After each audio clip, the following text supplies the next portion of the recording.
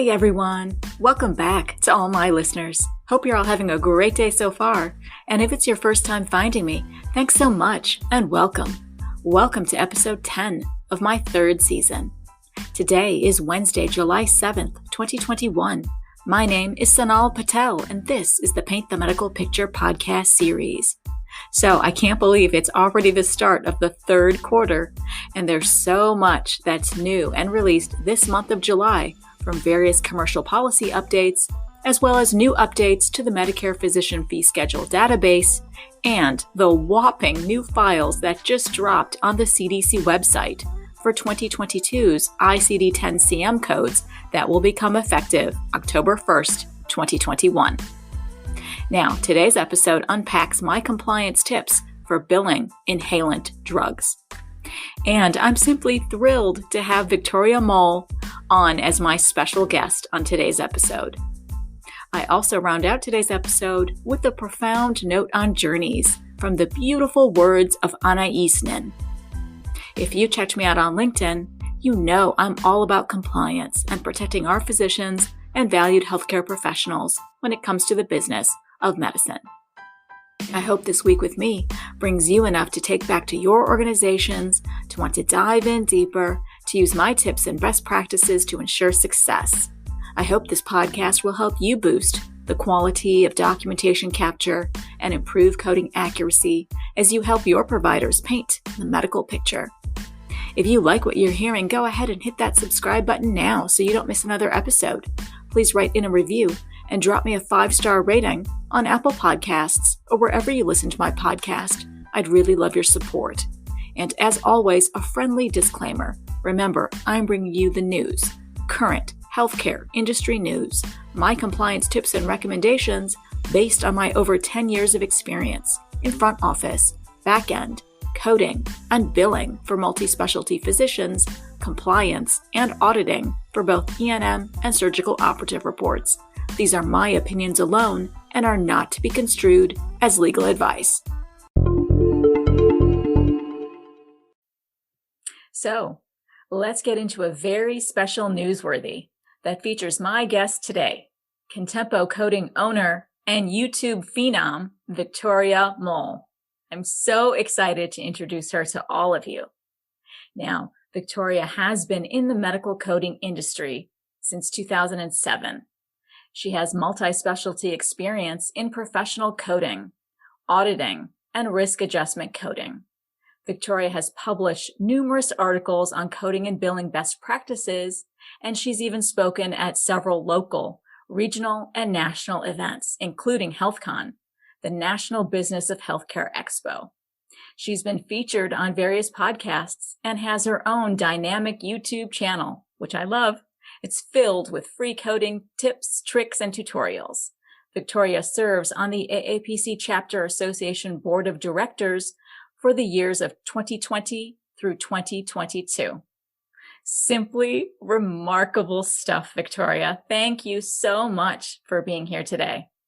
I'm really excited to be here. So now, and and just in such admiration of the way that you are able to have your podcast. And I love that concept of painting the medical picture and really what do we need to look at a deeper level as coders and people in health information.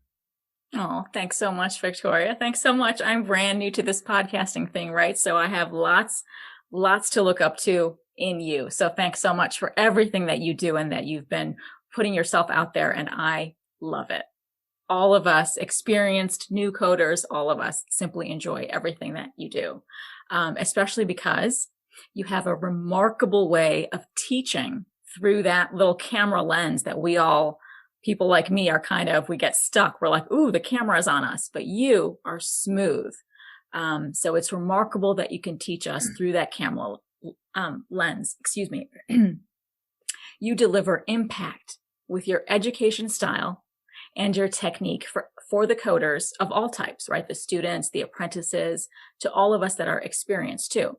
So what's been your biggest inspiration here? What's your why? So one of my biggest inspirations is I've always loved people like Bill Nye the Science Guy, where they can take something that is technical data and break it down into a concept and an entertaining way that it goes to kids and it makes such an impact to them that they wind up growing into adults who love science, get into science fields. And that's what I've always wanted to do. I've wanted to just make the technical pieces of medical coding and try and make them more entertaining so that this is something that people get excited about in the industry.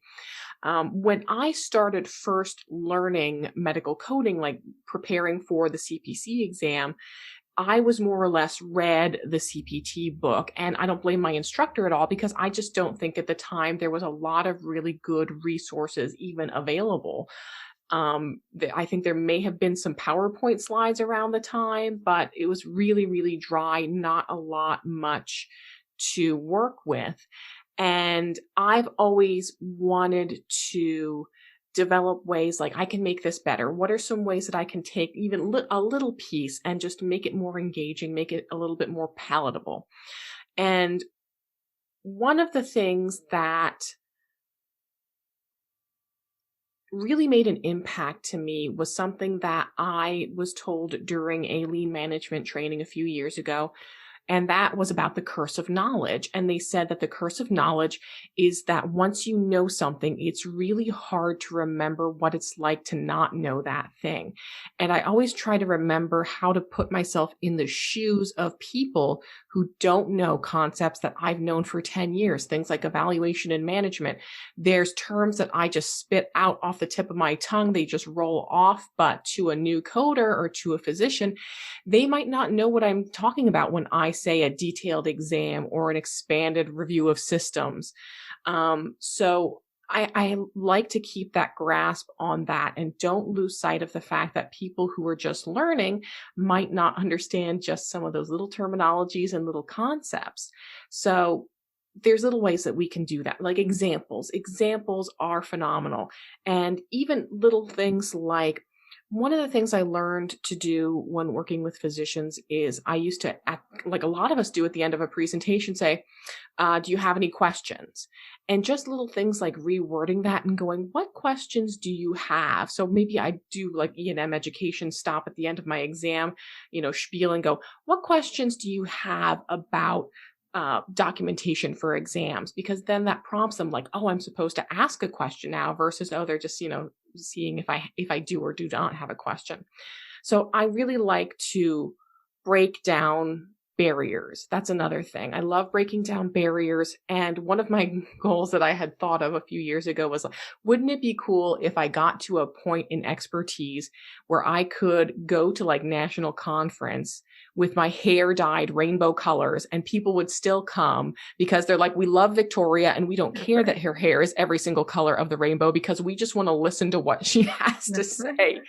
And I don't profess to be the end all be all expert of medical coding. I'm not here to be the queen, master, mother, put a crown on my head, anything like that. Like I just really at my core want to make really cool content that just helps everyone out.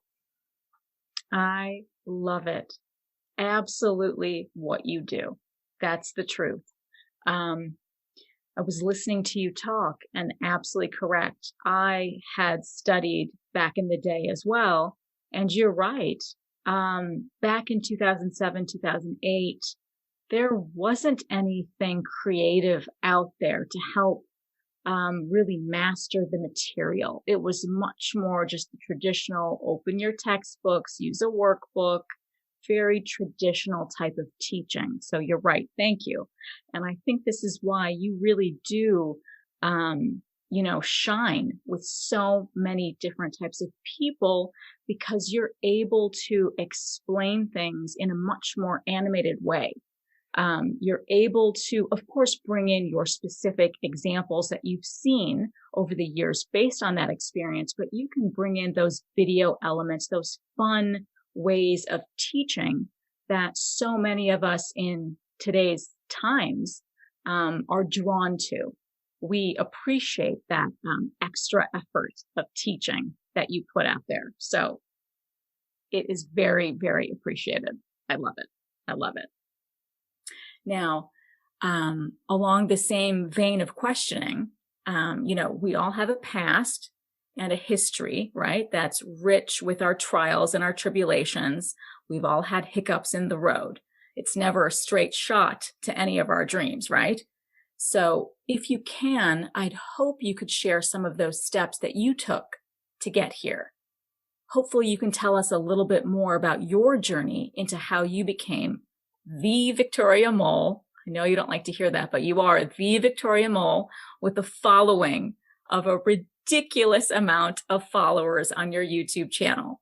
It's over 20,000 people, but you still are amazing, humble, kind, and approachable.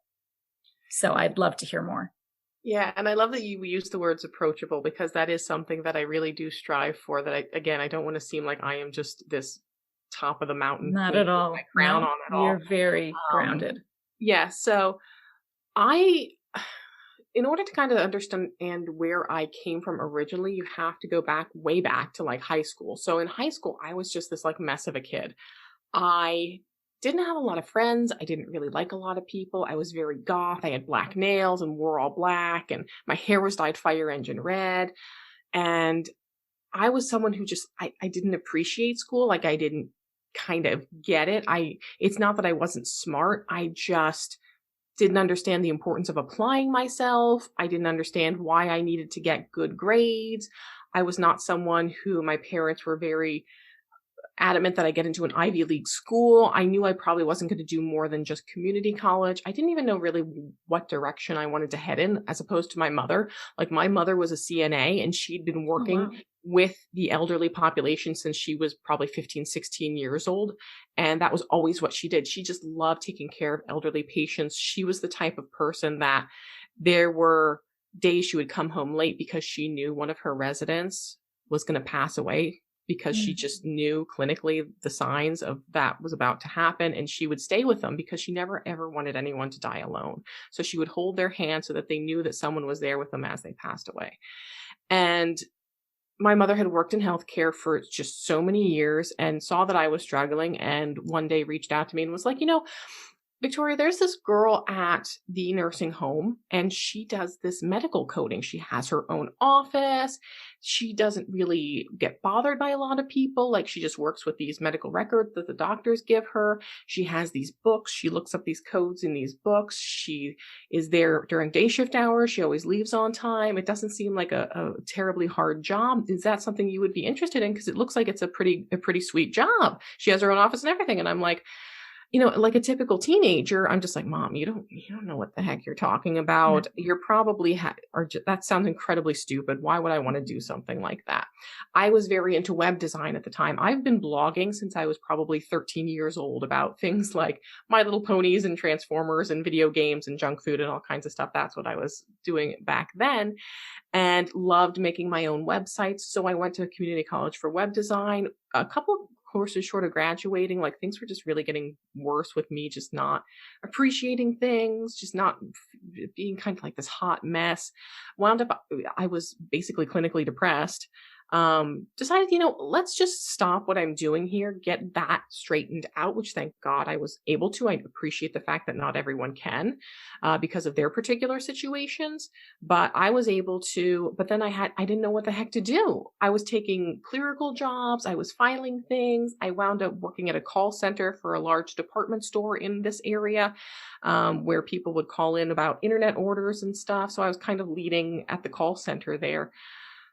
I just wanted something specialized. And at that point, I'm like in my mid-20s, and I'm like, maybe my mom's idea about this medical coding thing was not so bad after all.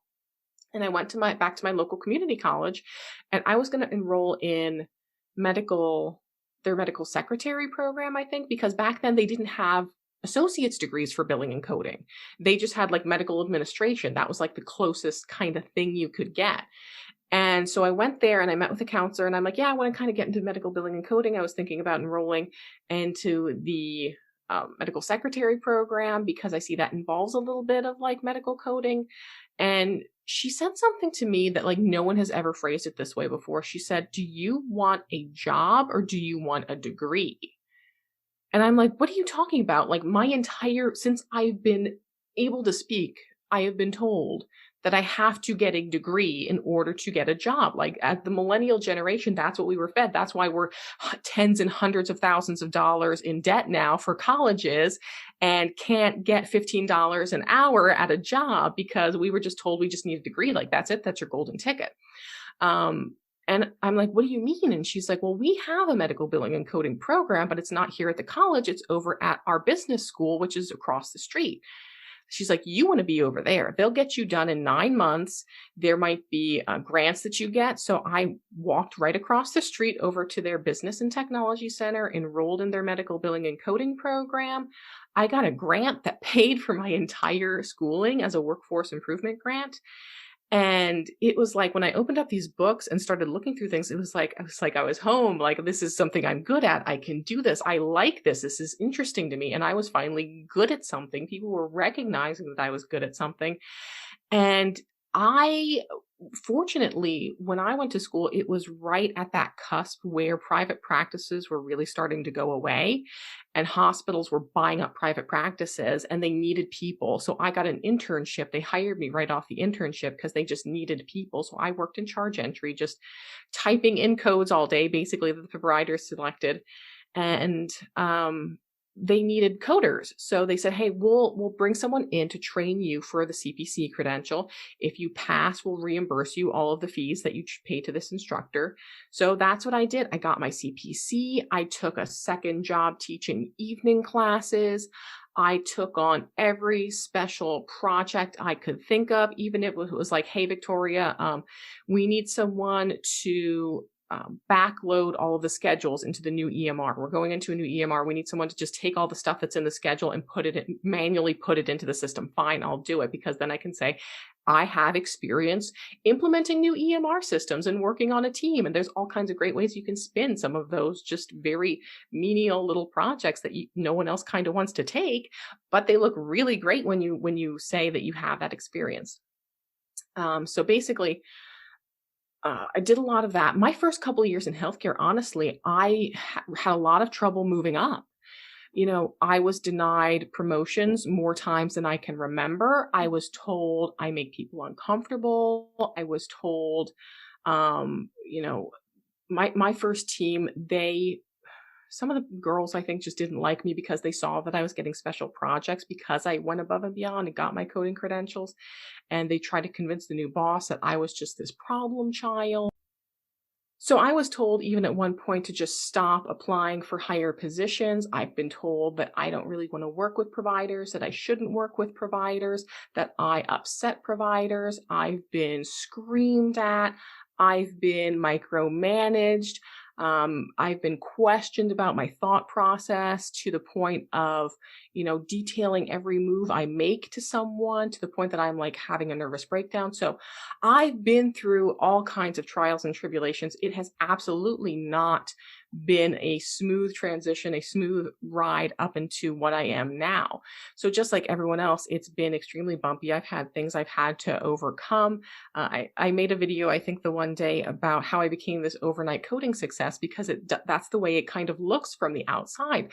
Like I just sprung up out of nowhere and all of a sudden I'm this amazing YouTube star. And I'm like, well, no, I went through a lot of stuff and I spent time writing articles for Healthcare Business Monthly. I spoke at my local chapter. I volunteered at my local chapter. And that's really what's my biggest tip to everyone who wants to move up, is just take advantage of every opportunity you have. Get that extra credential, work on the extra projects, get inventive, do those articles, host those webinars, anything you can do over time to build upon your kind of experience. But a lot of people focus on things like working overtime, and and putting in that kind of initiative will get you extra money right away. It will get you a little bit more, maybe, cred with your boss because, you're putting in this extra time, and it will give you short-term gains. But if you're looking for a long-term progression, a long-term way to get up in your career and elevate yourself, it's really more those thinking outside of the box components that are really going to provide that growth in this industry. I love it, Victoria. your journey is incredible. I'm listening very closely to all of your steps, and I hear the familial connection that you have to healthcare, right? Mm-hmm. So you have your mom's genes in there. That healthcare side is right there. Then you had transition because you were a snarly teenager, as we all once were, and you were really good at web design. So here we go, flash forward to today. You eventually combined both those genes that you have and your web skills. Mm-hmm. So incredible. All of the naysayers in your path, we've all had those in our experiences. So I agree with you. Our next generation of coders should really pay attention, right? You will experience some of those higher ups in your life who tell you, no, you can't do it. No, you're not fast enough. You're being micromanaged. Absolutely. But it's a matter of your own perseverance and strength and what you see from within, that you absolutely can pivot and accelerate your own career. Completely agree with you. You should definitely make those extra attempts to get those new certifications, write those articles, get yourself published. Absolutely. Do speaking engagements, host a webinar. Absolutely. These are all wonderful tips to advance your career. I love it. So your journey. You don't have to go from 0 to 100 either. That's the other thing. Correct. I have one girl that volunteers every now and then with my chapter doing things like just making gift baskets or chocolate covered pretzels or helping with a registration table.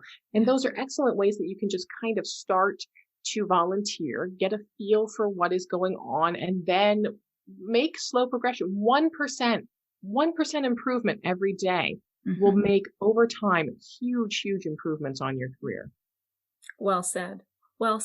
And absolutely right. Just because we look a certain way on social media, our presence is like, oh, wow, they must be fabulous. They must have gotten there in, 20 days tops and they became fabulous. I agree with you. That's simply false. It takes a long time to develop your career, right? To excel in your career. And it's all about establishing relationships with those of us in the field, and having those offline conversations also that really can help inspire the next wave of people. So I love it. Love your journey. Now, over the past couple of years, you and I have connected on LinkedIn, of course, and we respect each other's work tremendously.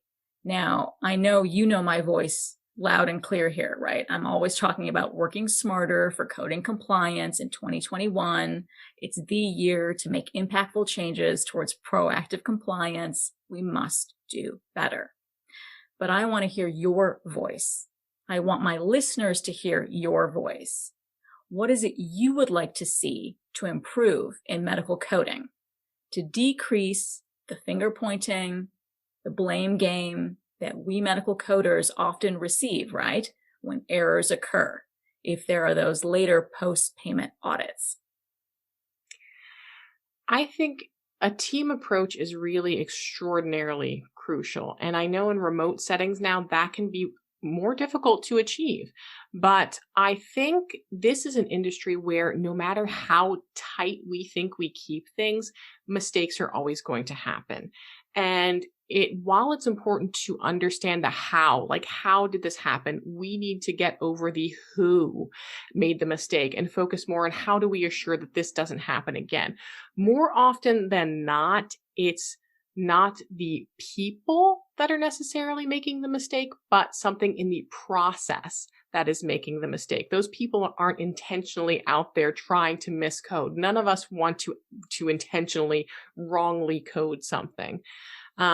So no matter what you do, no matter what corrective actions you take, no matter even if you fire the coder, you can't go back in time and make that not happen. So there's really no point to continuing to lament over it, because that's just going to do nothing but promote the negativity. It's going to cause stress. It's going to cause health issues, all kinds of other unwanted things, turnover potentially, because if they see, hey, this one person made this mistake and they, were really thrown under the bus, everyone else is going to be anxious about that. And then they're going to think, oh my God, I don't want this to happen to me. And what's that going to happen? They're either going to slow down in productivity because they're so stressed out. That's all they're thinking about. They're going to wind up having sick days. They might say, this isn't a place I want to work, that if I make one mistake and I didn't even intend to, that there's going to be all these repercussions. So, most people aren't intentionally trying to produce errors or causing fraud. And in the grand scope of things, I think it's just, we see a lot, it's public. Like the things that are fraud, the things that are billed wrong are very, very public. We don't see a huge amount of providers that are doing things so well.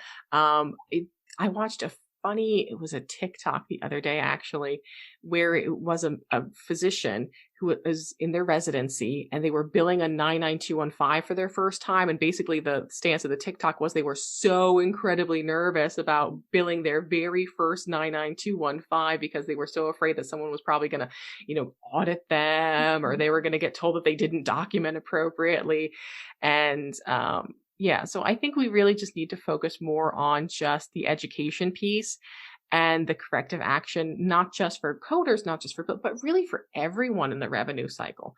Because while we all can't be experts in everything, it's good to have a slight understanding of at least a little bit of everything. Like one of my personal areas that I am not good with is provider credentialing and enrollment. I know very, very little about provider credentialing and enrollment because I've not had a lot of just hands-on experience in there. So I know very little, and there could be things that I could miss on an audit because maybe I don't understand a credentialing piece or something. So, the more I could get educated on that would be great. So that's one of the things I'm kind of looking at in my future. But, there's so much vastness now in rev cycle and in healthcare.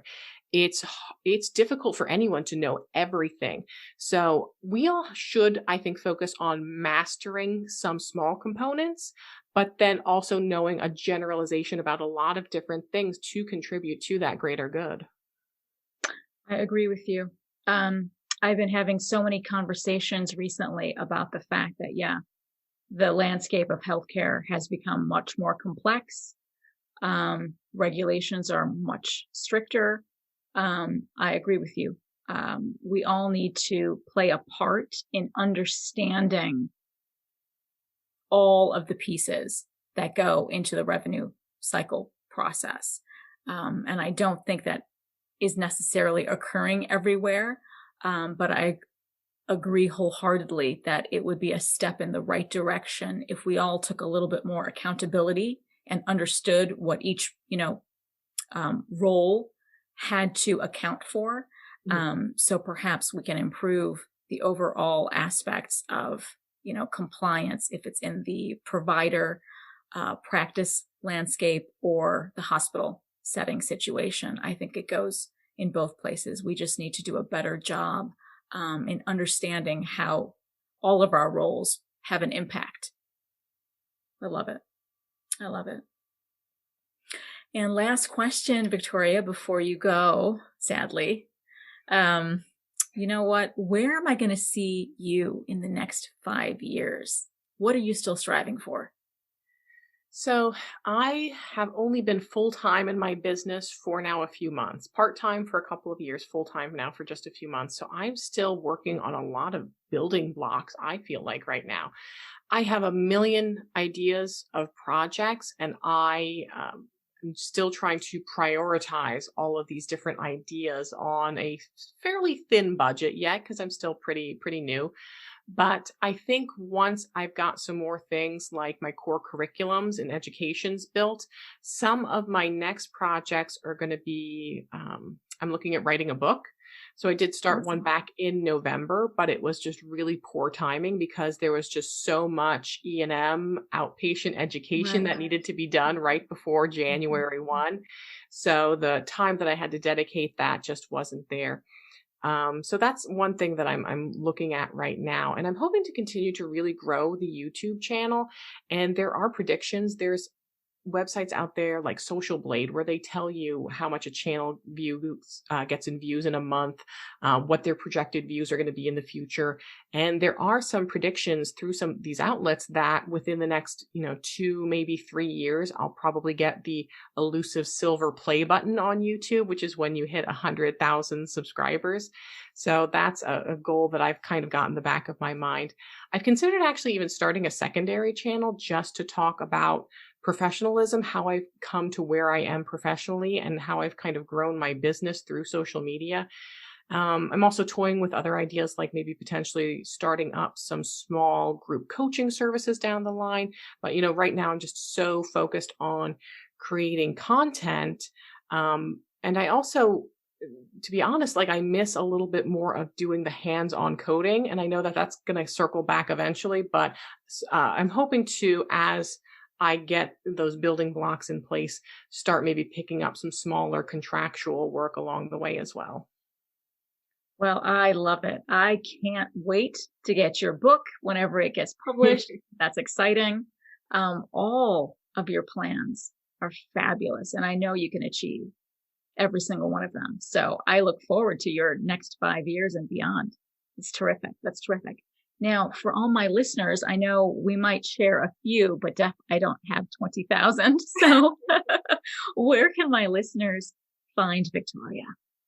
So I am on my YouTube channel, which is Contempo Coding. You can also find me on Instagram. I am on TikTok, where I do just little short pieces of content on little 60-second segments, and also on my website, contempocoding.com. Fantastic. Fantastic, Victoria. I'll make sure I include all those details in my show notes. So have we missed anything before you leave me today? No, I just want to say thank you for doing everything that you do, and congratulations on all the seasons of your podcast that you've had now, and really truly your dedication to helping others and producing content that really does help others. Thanks so much, Victoria. You're awesome. You're always welcome on my podcast anytime you want. I love it. I loved having you here. Thank you. Thank you, Sonal. And now it's time for my best practice tips in Trusty Tip. So, of course, the bare bones, the basics, is that Medicare requires reasonable and necessary services for coverage indications. And that also applies to nebulizer machines, inhalants, and related drugs. My compliance topic today. Now, why is this such a hot topic? Unfortunately, for the 2019 reporting period, the Medicare fee-for-service improper payment rate for nebulizers and related drugs was 12.3% and accounted for a projected $87.1 million in improper payments. And also for the 2019 reporting period, it was, of course, insufficient documentation that accounted for a whopping 80% of improper payments for nebulizers and related drugs. Now, additional types of errors for nebulizers and related drugs were for no documentation, that came in at 1.3%, and something called other, which came in at 15.4%. Now, of course, I have no idea what other means, but again, it came in at 15.4%. But I want to focus on that 80% for insufficient documentation. Why? Because providers need to be cognizant of DME LCDs for their durable medical equipment supply claims that most certainly include utilization guidelines as well as documentation requirements. The local coverage determinations plainly state coverage indications, limitations, and/or medical necessity. Now, specific to inhalant drugs, in order to justify payment for DME POS items, suppliers must meet these following requirements. I'm going to list 4. You must have an SWO, or a standard written order. Number 2, there must be medical record information, like including the continued use or the continued need for drugs, if that's applicable. Third, there must be correct coding. For that, I want you to be very mindful and review the following nebulizer's policy article that's available to the public. And finally, fourth, there's that proof of delivery, right? That POD, which I've talked about in many, many prior compliance trusty tips over the past 2 seasons. Now, remember, if none of the drugs used with a nebulizer, either small volume or large volume, are covered, then the compressor, the nebulizer, and other related accessories or supplies will also be denied as not reasonable and not necessary. And those drugs are those J codes, right? Like for albuterol, for use in obstructive pulmonary disease, or for domase alpha, for use in cystic fibrosis.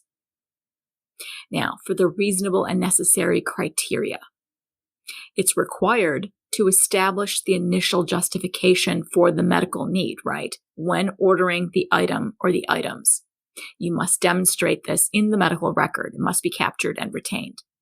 Now, that's the item that's going to be reasonable and necessary prior to or at the time of the initial prescription.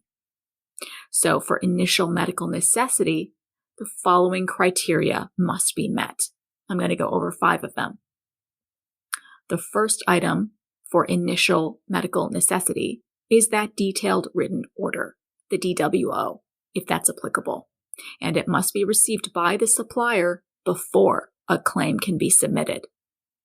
Now, the second is for the durable medical equipment, prosthetics, orthotics, and supplies, that DME POS base items that require the written order prior to delivery, the WOPD.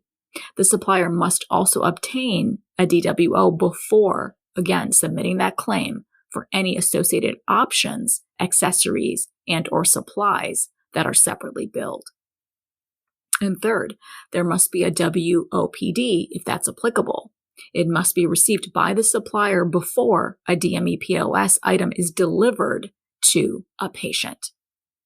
And fourth, an item or service has to be correctly coded when it meets all the coding guidelines listed in CMS HCPCS guidelines.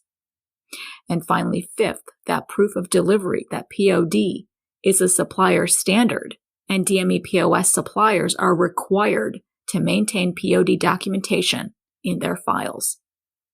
Now, for the continued medical necessity, here are some examples of appropriate documentation that would qualify for continued medical necessity. Like number 1, if there's a recent order by the treating physician for refills. Number 2, there's a recent change in prescription. And finally, number 3, the documentation in the beneficiary's medical record within 12 months of the date of service showing use of the item. Then let's move on to the new order documentation requirements.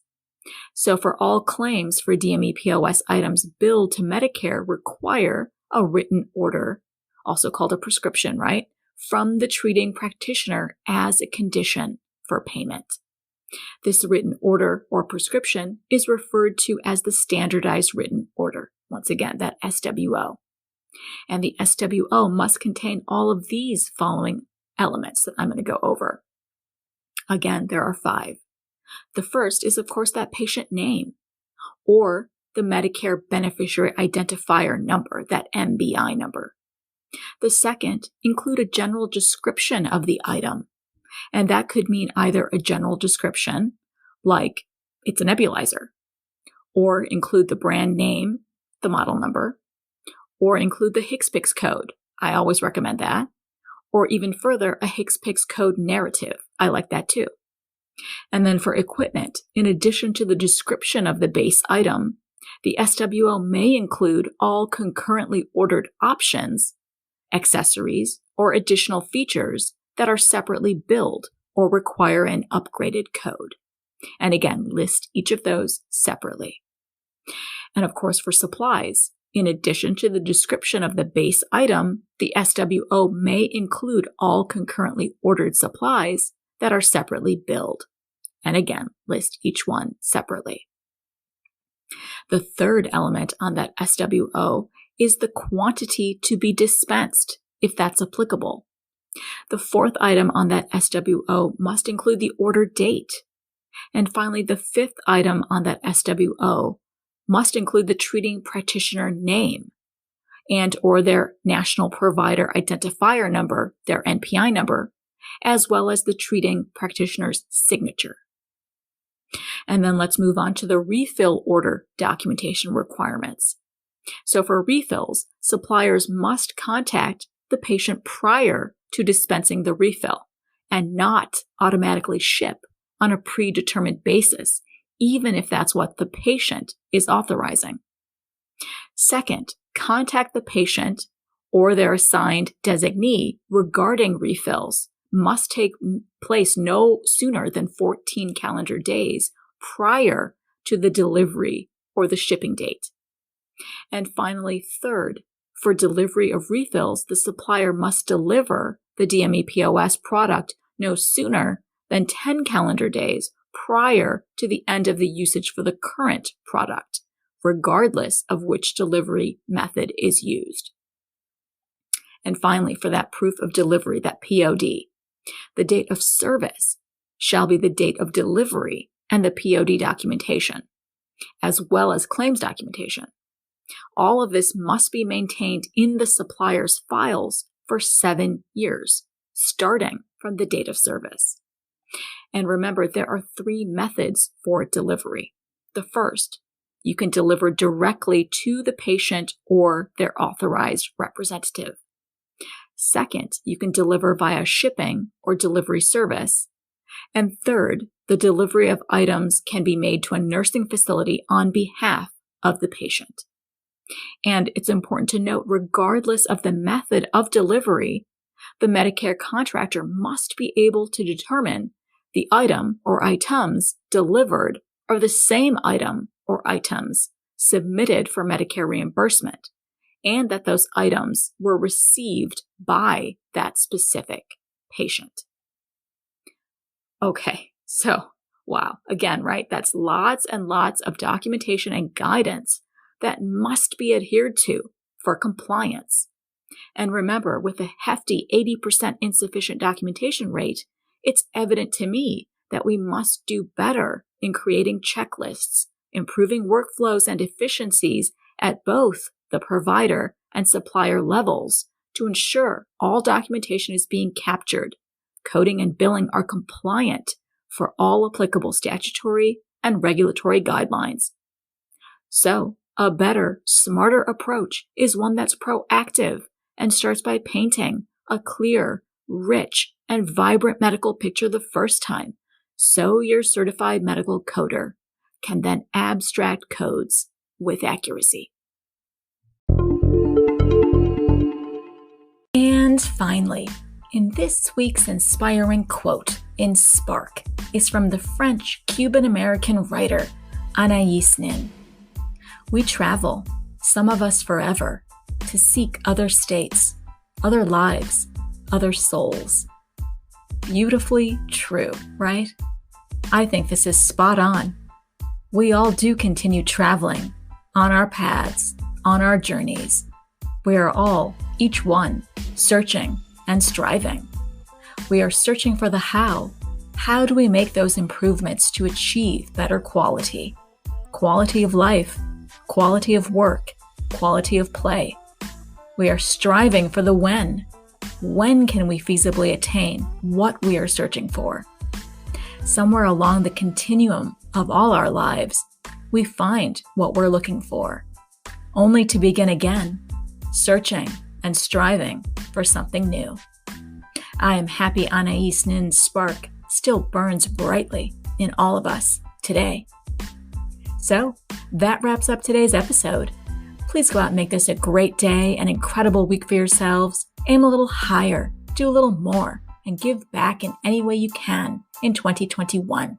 There's so much each one of us can do. As always, I appreciate you diving into today with me. And if you want more information from me, go ahead and follow me on LinkedIn. I'll leave links to everything in the show notes below. Please continue staying safe and healthy, practice safety for one and all during our collective life in the time of coronavirus. We're almost done with it, though, I hope.